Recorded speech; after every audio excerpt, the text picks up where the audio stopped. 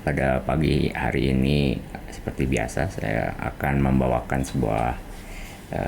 satu topik kecil bagaimana dalam kerangka arsitektur smart system dan analisis activity theory pada sebuah organisasi membutuhkan yang namanya kerangka permasalahan umum.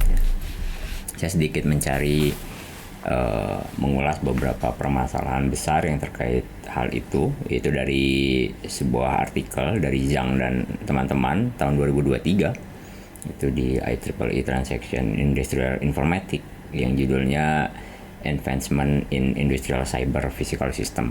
Itu cukup menarik sebetulnya dibahas karena perjalanan awalnya Zhang dan teman-temannya itu membahas bagaimana sebuah perjalanan teknologi informasi dan komunikasi sebetulnya yang dimulai dari tahun 1968.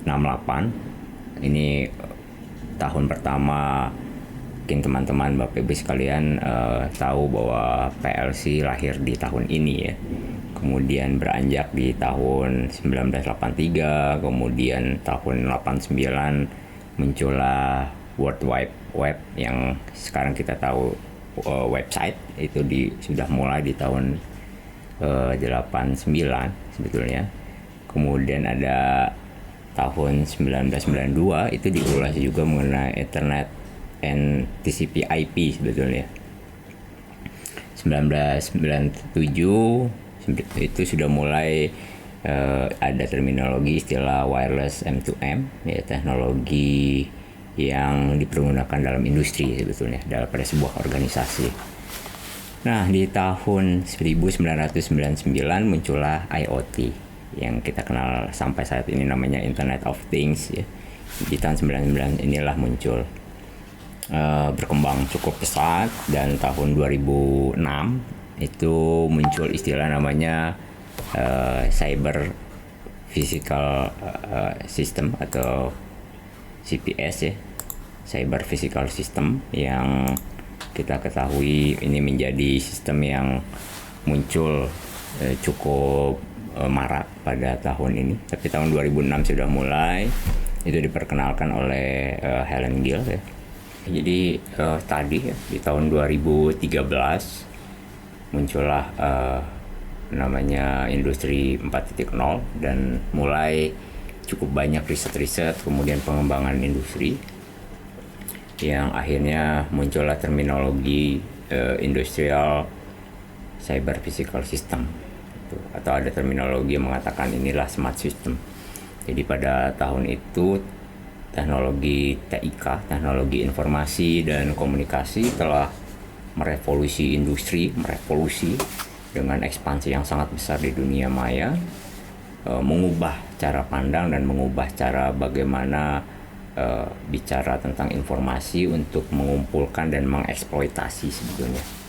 Jadi muncullah istilah yang cyber physical system itu bagaimana menggambarkan sistem rekayasa kompleks sebetulnya, sistem yang sangat kompleks yang mengintegrasikan komputasi proses fisik melalui komputasi embedded system ya, yang cyber dan sensor serta komunikasi jaringan untuk apapun, untuk pemantauan, koordinasi, dan kontrol perangkat fisik untuk mengendalikan perangkat fisik maupun prosesnya sebetulnya. Nah, di cyber physical system itu menggabungkan domain cyber dan fisik sehingga harus mampu menyediakan kerangka kerja sebetulnya. Untuk memenuhi kehandalan, adaptabilitas, ketahanan, dan skalabilitas. Jadi cyber physical system memerlukan kerangka kerja untuk memenuhi hal tersebut, sehingga pengembangan cyber physical system atau kita singkat CPS diduga berdampak besar untuk manfaatnya, sangat besar untuk berbagai bidang sebetulnya, di transportasi, industri, smart grid, smart agriculture, dan lain-lainnya ya. Nah, ini yang Zhang dan teman-teman bahas sebetulnya. Kemudian peningkatan penggunaan tadi TIK di industri ataupun di organisasi memungkinkan transformasi lingkungan yang berbasis cyber physical system atau disebut tadi industrial cyber physical system. Dengan apa? Dengan mendigitalkan data produknya, infrastrukturnya yang menjadi lebih digital, terhubung, adaptif, cerdas ya, dan handal, sehingga mampu meningkatkan daya saing sektor industri dengan kesesuaian dengan industri 4.0 tadi. Memang terdapat perbedaan smart system atau ICPS dengan ICT yang biasa ya. Ada internet industri, IoT, itu bukan hanya ICPS tadi, bukan hanya sistem pengendalian jaringan atau embedded system juga, tetapi sistem cerdas, smart system, dan berbasis perangkat lunak, hardware yang dapat berkolaborasi dan beradaptasi. Itu bedanya sebetulnya ya. IoT sebagai perangkat instrumen itu menghubungkan perangkat fisik melalui teknologi nirkabel dan internet tentunya. Sementara kalau kita bicara hanya internet di industri, hanya mengintegrasikan saja. Tapi kalau smart system tadi untuk di industri itu mengintegrasikan mesin cerdas jadinya. Analitiknya lebih canggih, ada IoT serta membangun ekosistem industri. Perbedaan ini penting dalam desain, permodelan, dan pengendalian. Jadi ada bedanya tuh ICPS atau smart system dengan ICT yang umum ya, yang tradisional. Jadi kalau ICPS itu CPS yang fokusnya pada aplikasi industri pada fitur yang spesifik dan khas. Nah ini yang dibahas oleh Zhang, dan memungkinkan interaksi informasi berkolaborasi terbuka antar berbagai pemangku kepentingan, di mana tenaga kerja dapat berinteraksi dengan mesin di ICPS dan mesin lainnya. ICPS juga menggabungkan sistem mekatronik cerdas dengan legacy sistemnya. Jadi ada mekatroniknya menjadi lebih cerdas dan legacy sistem yang memerlukan proses migrasi kompleks dari infrastruktur tradisional ke ICPS yang baru. Dan kalau dilihat dari surveinya itu telah banyak dilakukan untuk mengatasi tantangan implementasi industrial cyber physical system.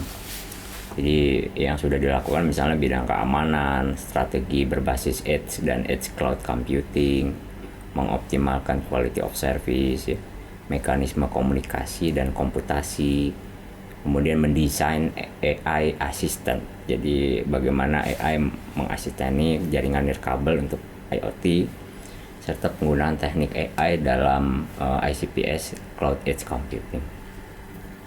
Nah, si Zhang ini juga membahas bagaimana fokus aplikasi untuk industri, kemudian mengidentifikasi tantangan kritis dalam mengimplementasi ICPS dalam berbagai perspektif. Apa saja tantangannya? Ya, akuisisi informasinya seperti apa, analisis datanya bagaimana, komunikasi dan pengendalian sebetulnya. Selain itu artikel Zhang ini juga menyajikan status untuk aplikasi ICPS dalam manufaktur pintar, atau ada smart agriculture juga, ada smart city yang cukup memberikan beberapa isu menantang untuk penelitian masa depan. Nah kalau dilihat masalah sistem komponen itu, ICPS itu harus banyak diterima di industri jika komponennya clear. Nah pada saat ini belum banyak komponen yang belum disepakati. Seperti apa sih komponen smart system atau ICPS itu apa?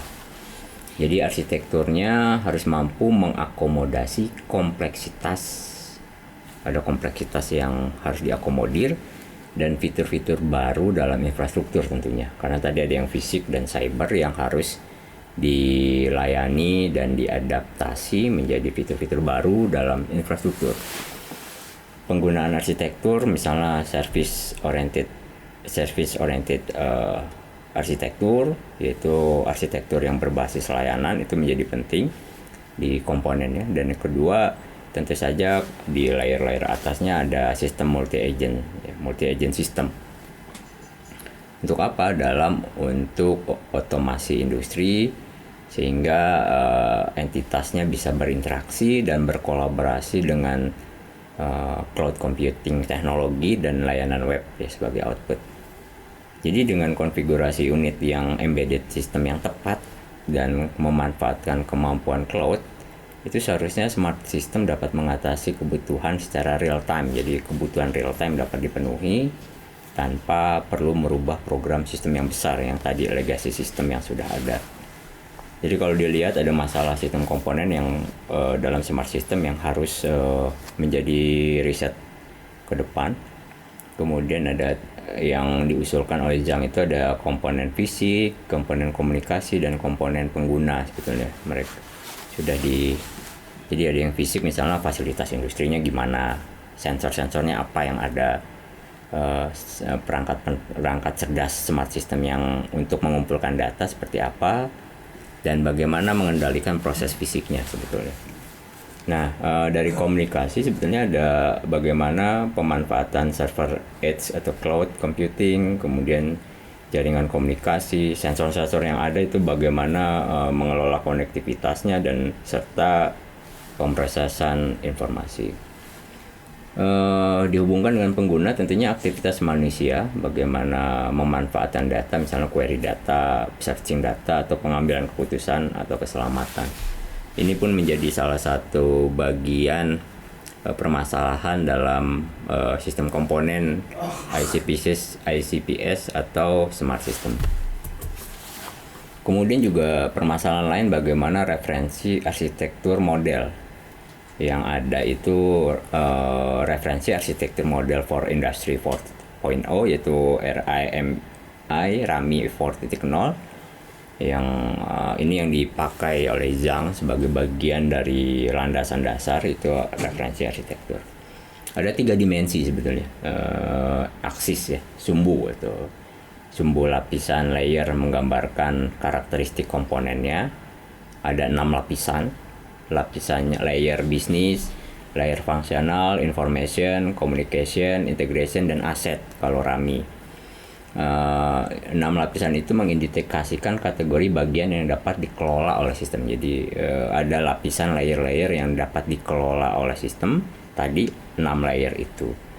Nah, di RAMI juga ada layer yang namanya siklus hidup aliran nilai atau life cycle value stream. Standarnya dari IAC 62890, yaitu menggambarkan siklus hidup produk berbasis standar tadi yang membedakan jenis dan waktu produknya. Kalau layer lain ada hierarki, dibuat hierarkial, tingkat hierarki, yaitu mengindikasikan fungsionalitas fungsinya dalam sektor industri berdasarkan tingkatan dalam standarnya, yaitu standar IEC 62264 dan 61512. Dengan label produk dan dunia terhubung, sumbu ini merepresentasikan lingkungan industri secara lebih luas. Ya, ini RAMI ini dipakai sebagai arsitektur Zhang ya, dan ini yang dipakai. Ada lagi arsitektur yang lain, yaitu tentang industrial internet atau disebut juga Industrial Internet Reference Architecture IIRA. Jadi setiap sudut pandang melibatkan kelas spesifik dari masalah sistem. Sudut pandang bisnis mencakup masalah terkait bisnisnya dalam mengidentifikasi pemangku kepentingannya siapa, visi bisnis, nilai, dan tujuan yang sesuai. Sudut pandang penggunaan berfokus pada masalah penggunaan sistem yang diharapkan terkait pada faktor manusia. Ini biasanya mencakup aktivitas berorientasi manusia dalam ICPS seperti query data, pelindungan, keselamatan. Sudut pandang fungsionalitas berfokus pada fungsionalitas dan struktur sistem. Ini juga memperhatikan interrelasi dan interaksi antar komponen sistem dan hubungan dengan interaksi dengan lingkungan. Sudut pandang atau point view ya, viewpoint ya sebetulnya, implementasi menangani teknologi yang diperlukan untuk ICPS, jaringan komunikasi, dan prosedur siklus hidup. Jadi ada 2 arsitektur yang dipakai oleh Zhang. Yang pertama RAMI 4.0 dan Industrial Internet Reference Architecture atau IIRA. Nah, jadi kalau dilihat dari tantangannya adalah bahwa tantangan yang terbesarnya adalah bagaimana perkembangan ini membawa revolusi dan mengintegrasikan komputasi fisik dan penggunaan kerangka yang harus terintegrasi sebetulnya. Bagaimana mengintegrasikan, memantau, berkomunikasi, mengontrol sistem secara real time dan pengembangan ICPS. Saya kira begitu ulasan mengenai sebuah artikel Zhang dan tadi ya. Siapa tahu nanti kita bisa coba bahas selanjutnya kira-kira peluang-peluang penelitian apa yang bisa muncul dari sini dan masalah besar apa sebetulnya yang ingin digali. Oke, terima kasih. Assalamualaikum warahmatullahi wabarakatuh.